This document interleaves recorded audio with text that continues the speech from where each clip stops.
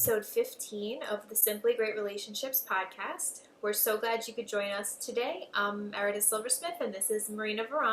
And today we are talking about how to get your partner to support your life's dreams. Good topic. Definitely. So today we'll be covering why this is such an important topic, how it feels to have your partner support your goals and dreams, how it feels when your dreams are not being supported, not super good, the best ways to support one another in sharing your dreams, and then how to create shared goals and dreams. That's really one of our favorites, is to co-create it together. So make sure you stay with us until the very end, because we've got a great bonus for you, and we'll tell you how to get it. So, why is this such an important topic? Good question. Good question. I mean, when we think about dreams, right, goals and dreams are sort of interchangeable. Dreams are more the vision, and the goal is sort of the paths to get there.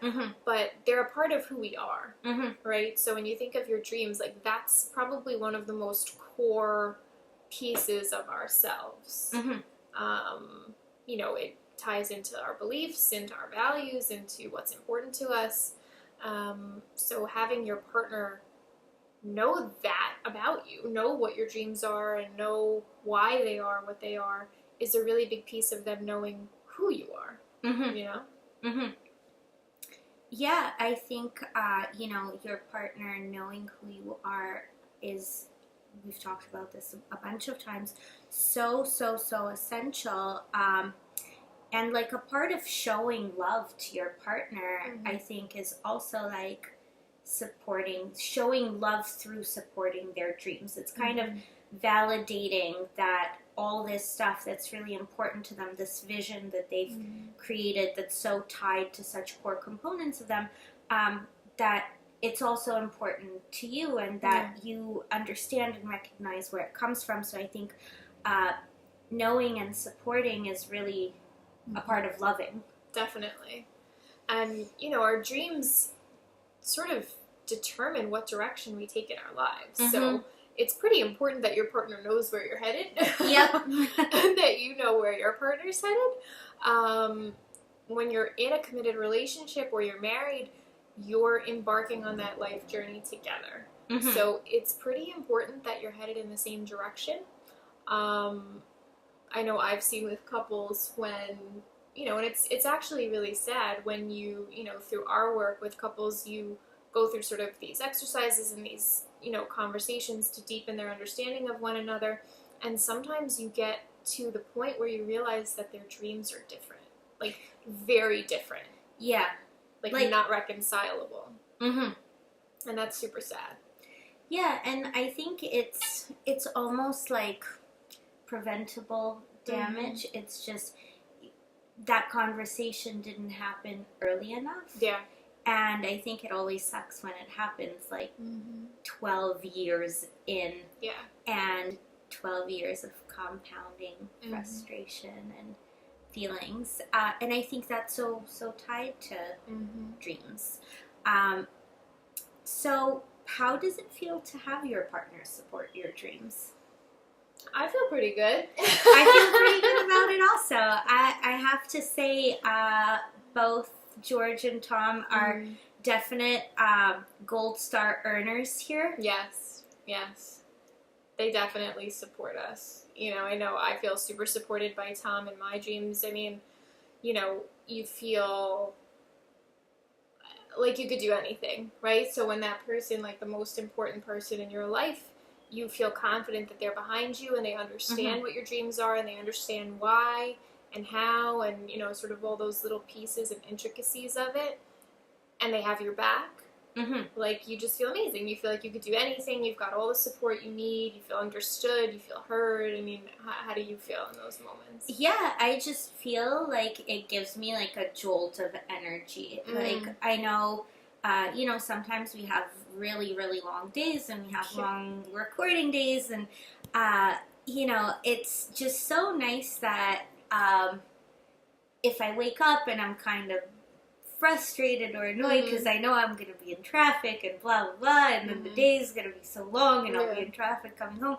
Like, when George is like, babe, this is your dream and you're, like, living it, and that's so awesome. It's just, like, such a wonderful reminder, and it's just so energizing for me. I'm like, yes, like, I do get to do that, and I do have a really supportive partner, and it's almost like changing the attitude from, like, blah to, like, gratitude and energy and motivation and impetus. So it feels great. It just feels very energizing, I guess, is, like, the word that comes to mind for me.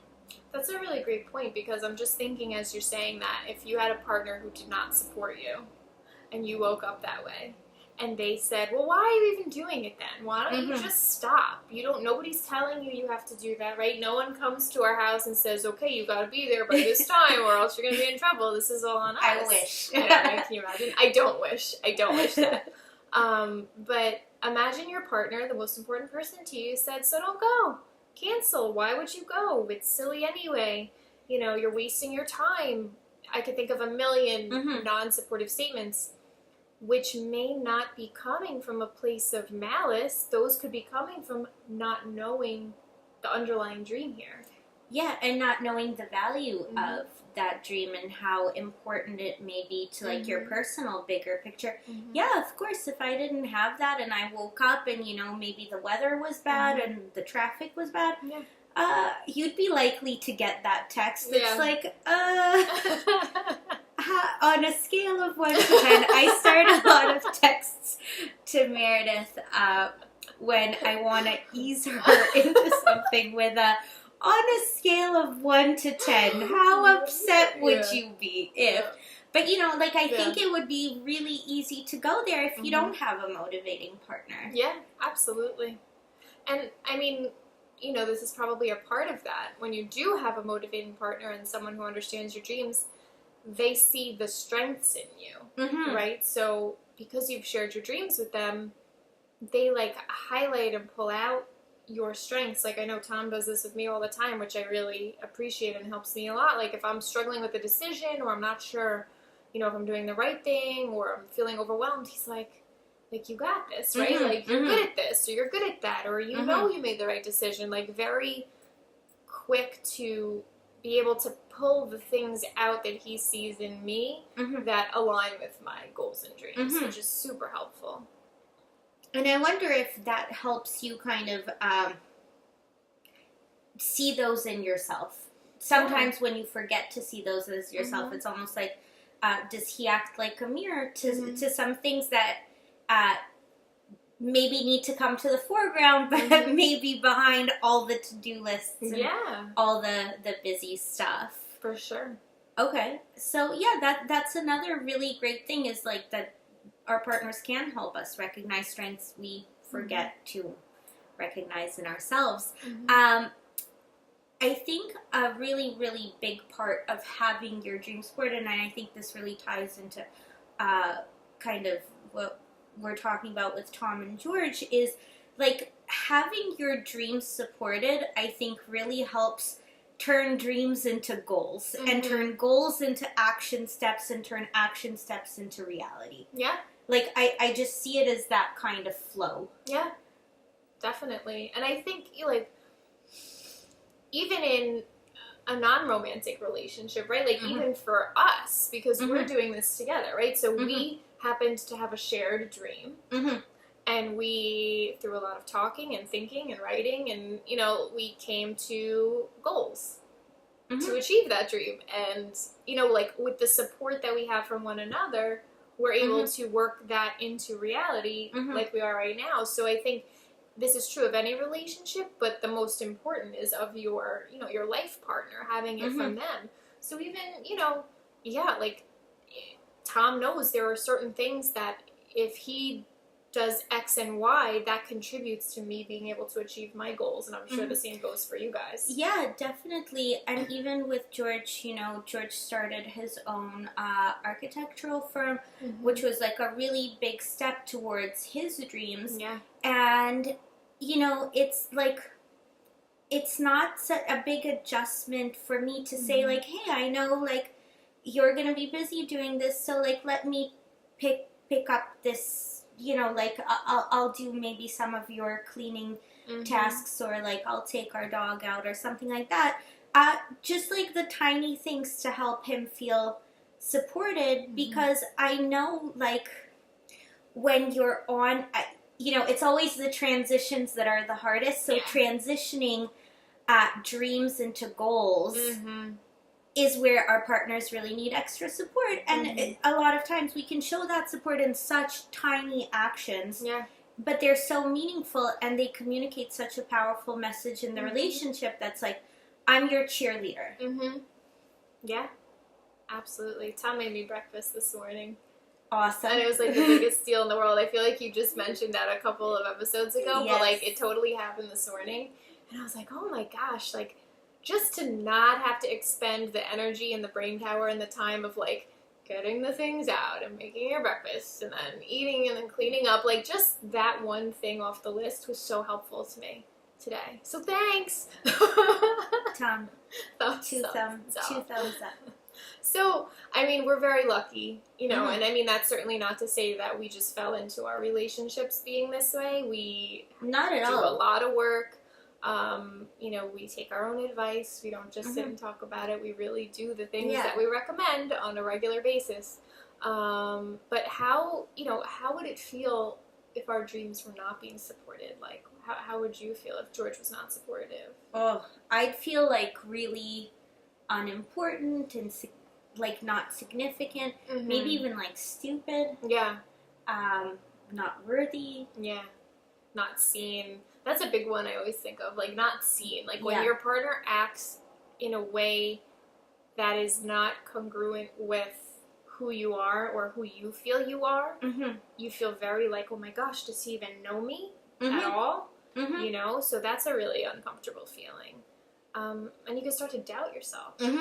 You know, sort of like the example we gave before, like what if your partner, instead of boosting you up to reach it, was like, oh yeah, you shouldn't go, you shouldn't bother. Like, that's a really easy way to start doubting yourself and your decisions and whether or not it's important. Yeah, and I think, like, that ties into, like, this sense of hopelessness. I think dreams really give us a lot of hope. You know, when we have dreams, we feel like, oh, like, there's a light at the end of the tunnel. There's hope for me to feel and achieve the things I want to feel and achieve. And without somebody cheerleading us, like, you know, if we have partners who are dream crushers. And I, unfortunately, like, I see quite a bit of this. Like, I see in individual sessions this tends to come out. Sometimes, you know, later on in couple sessions this will come out, where, like, people will talk about how much it has sucked to feel like their partner is a dream crusher. And, like, it's almost like this person took away from me. You know, it's a sense of, like, I could have, and now I can't, and it's a real loss. Like, it's almost like this mourning process that people have to go through. And I'm actually thinking of a couple of times when I've worked with women who felt like they gave up their careers, and they had big careers and aspirations and dreams tied to that, in order to stay at home, or, you know, cut back, and didn't quite pursue what they wanted. And that discussion was never had. It's not like their partners were these bad guys who were like, no, you stay at home and be a housewife, you know? It's just like, those talks never got to the level of, like, well, what are your dreams? What is important to you? And they fell into this routine, but the little seed of resentment grew into a big resentment tree. You know, especially when their kids got older. And it's a really, really, it's a lot of damage to undo, and it's a lot of hard work to see couples like that, where there is that sort of, like, resentment of, like, my partner is my dream crusher. I'm sure you see it Yeah. Also, and yeah, I've definitely seen the same thing. And as you're describing that, that's exactly the word I was thinking was resentment. If you feel whether it's intentional or completely unintentional that your partner somehow stopped you from achieving your dreams and your goals, most people wouldn't, you can't feel anything but resentment. That's a really big deal. So we want to help you today to not go down that path and to be able to have the conversations you need to have now to prevent things from going in that direction. Because the reality is all of that resentment building up, it just causes disconnect and pulls people apart, and it, over time that spirals and spirals, and it kind of leads to the other, negative things that we've talked about in previous episodes. So yeah, this is a big one. I mean, let's shift to the positive. Let's talk about some ways that we can be supportive of one another in sharing our dreams. So I think the step number one for me always is to get clear on what your own individual dreams and goals are. Yeah. Like, it's really hard to share what your dream and vision is if you're not clear on it and you don't know, and you're like, well. Yeah. Not easy. Not easy. And I think it's something people undermine and, like, underestimate, like, the work that goes into getting clear on your dreams. Yeah. Absolutely. And I mean, you really have to devote some time to it, right? You have to sit and really think about it, like, what do I want out of life? What do I want my future to look like? What do I want it to feel like? As an individual, as a couple, as a family, and look at all areas of your life. I think journaling is really helpful for this, to just be able to, like, get your thoughts out on paper and see what resonates with you. But you really do need to devote the time and energy to this as an individual first before taking the next steps. Yeah, and I always, like, when I talk to people about doing this, I always say, like, connect with that part of yourself that believes anything is possible. Like, dream big. Don't dream, like, it's a little bit of my pet peeve when people are like, oh, my dream is to, move out of my 1-bedroom rental into my 2-bedroom rental, and I'm like, is that your dream? That's it. That's all you got. I think dream big, it's a dream. Yeah, absolutely. So once you've done that, and once you have clarity, and I would suggest to, like, think about it on multiple occasions. Don't just sit down one time and journal and be like, that's my dream, You want to kind of do it, leave it, come back to it another day, read it, see if that still resonates. Like, it's a process. But once you've done that, then you can talk about it with your partner and share with them what your dream is. So, the best way to start that is by getting clued into the communication tips that we shared in episode 1. So we'll put a link to that below, but definitely download the communication tip sheet, because this is an important conversation and we want to set you up for success. Another thing I know I always recommend is scheduling the conversation, because it's so important. So actually setting a date and a time to talk about it, so that it feels significant, what's going to happen, and both people are on the same page. And I also think a really good tip here is to have your partner listen to this episode so that they can get clear on their dreams, so it's not really like a one-way conversation, so it's a two-way conversation.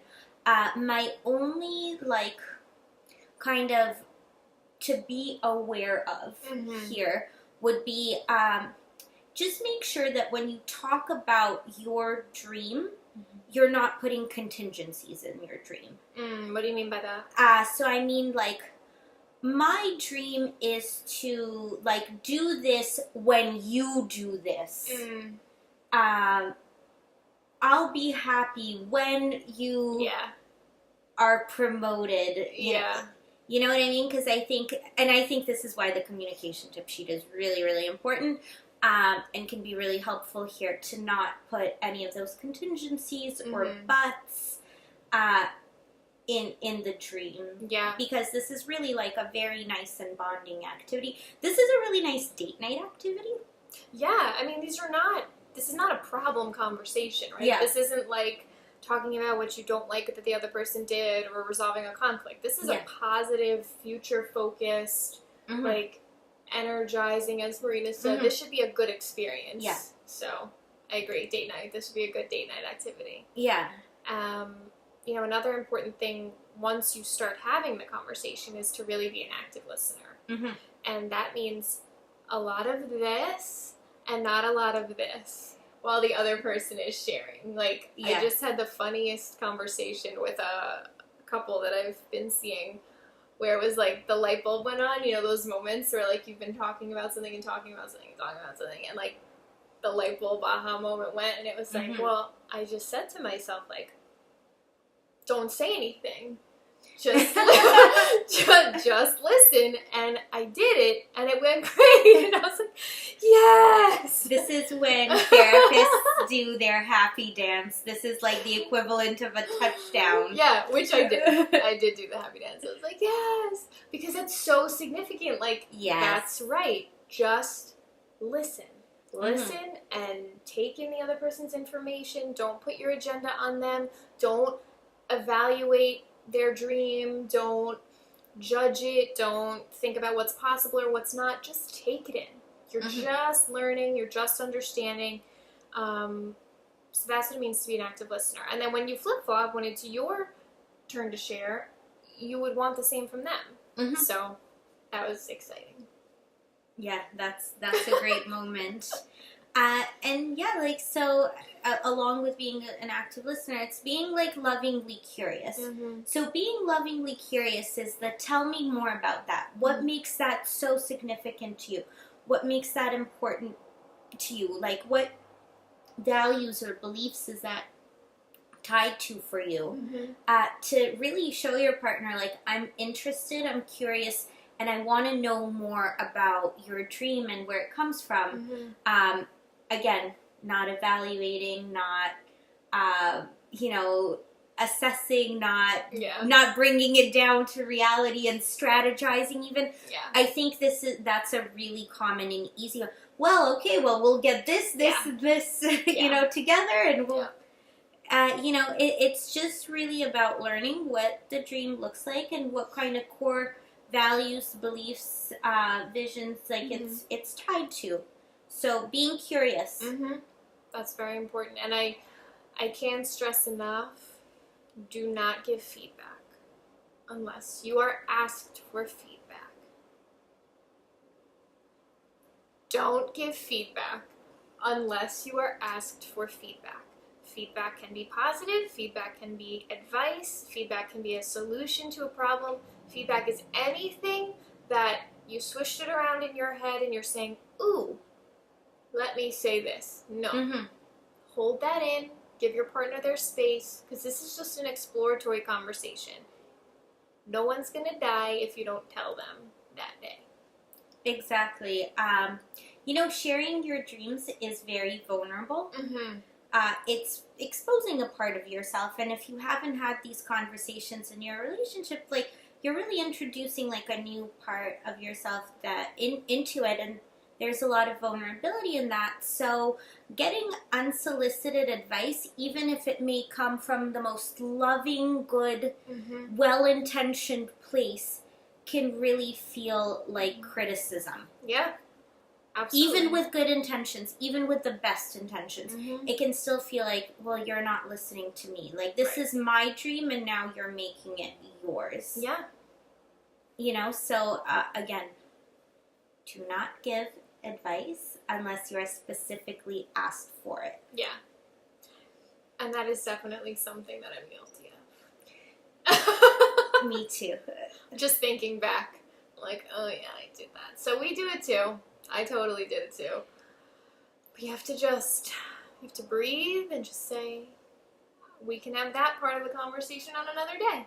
But this day is about sharing and learning and understanding. So it's very difficult to do. It can be difficult to do. Instead, if you feel the urge to say something, replace your advice with, like, supportive statements and compliments. Oh, that sounds great. Wow, that's really interesting. I love that you want to do that. that would really help people, you know, like, Mm-hmm. just be positive and supportive. I think you'd be great at that. Mm-hmm. Definitely. So, here's the $1 million question. Yeah. How do we create shared goals and shared dreams in a relationship? So that's really important because it's great to know my individual dreams and my partner's individual dreams. And you certainly don't have to match up on everything. You can pursue your own dreams, but there are certain ones that it's really important to be aligned if you are going through life together. Mm-hmm. So, you know, I think obviously what we've talked about so far comes first in getting clarity on your own stuff, Mm-hmm. then sharing with each other. But how do you now co-create joint dreams? So, you know, the first step is talking about and figuring out how do you want your relationship to feel, right? Mm-hmm. How do you want your relationship to feel? How do you want your life to feel in the day-to-day? You know, we kind of touch on all those things, like how do we want to spend our leisure time? How do we want to raise our children? How do we want to involve extended family in our lives? Like, all those areas you have to almost like visualize what you want it to be like, feel like, use your senses. Mm-hmm. And I always tell people, like, you know, if we're chasing a feeling, I think people's automatic response is like, happy. I want to feel happy. Yeah. We don't live in a Pharrell song. Like, go deeper than happy. Really identify what are these feelings like.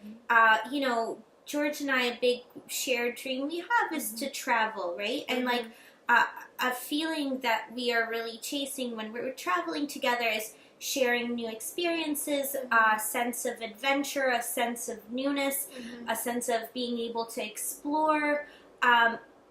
All of, like, yeah, we're happy when we travel, but it goes so much deeper than we want to travel the world just to feel happy. Like, we want to travel the world to create these shared experiences that are new and amazing together. Yeah, makes a lot of sense. Once you get that clarity on your vision, you're going to want to brainstorm together. So throw anything out there, like talk it out. You know, I want to see this, I want to do this, I want to travel, I want to have Sunday dinner, I want to have Sunday brunch, you know, like just all these things, and then the feelings, right?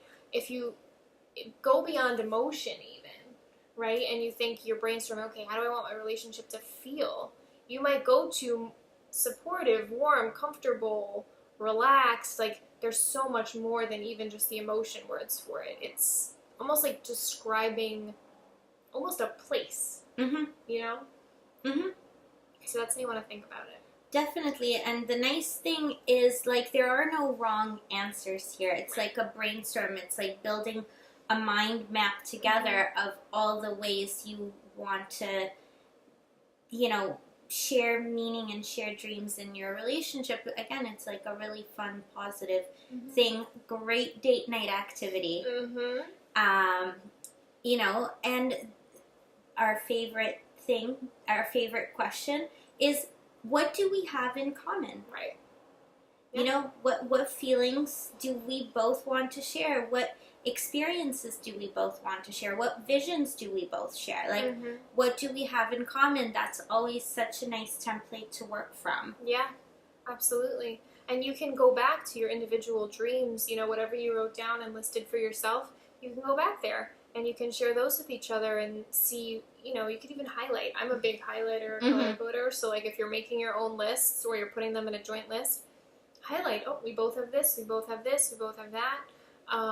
Get really tangible about it. Because then what you're going to do is you're going to take those shared dreams and you're going to shift them into goals. Because when you set a goal, you're working towards it. You have something more concrete, more doable, something tangible that you can achieve, you know, and work towards. Whereas a dream is more of like the vision, less specific.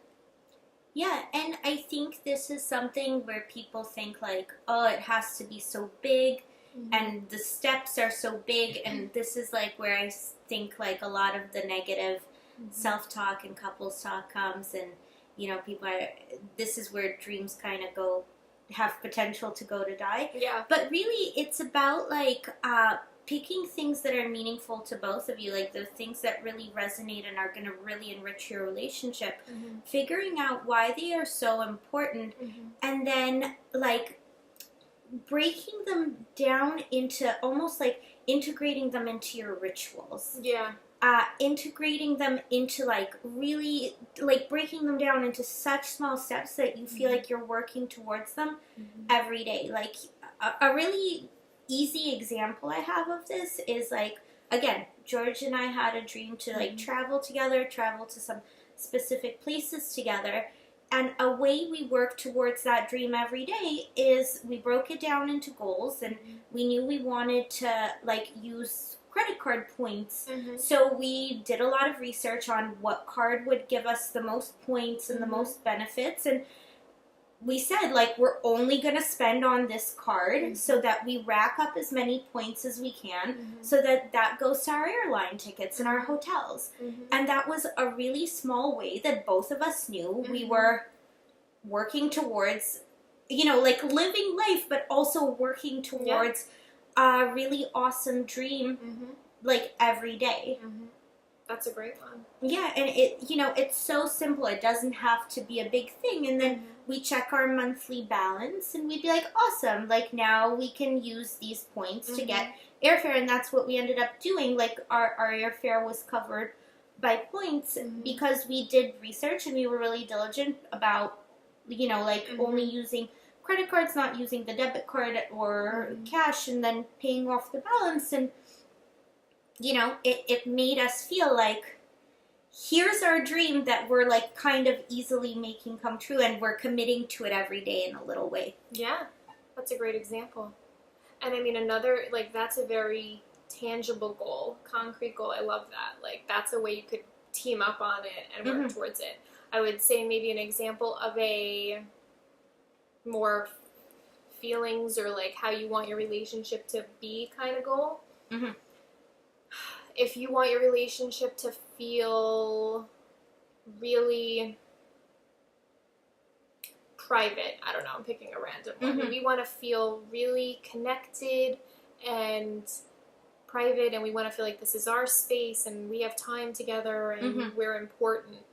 You might decide that every Sunday morning is your time, and from the time you wake up until noon or 1 o'clock is protected time between the two of you. So we put our phones on airplane mode, and we turn down plans that are, you know, asked of us during that time, and we don't run errands. We spend that time together, alone, for us to enrich our relationship. Like, that's one way you can create a concrete ritual to achieve the goal of how you want your relationship to feel.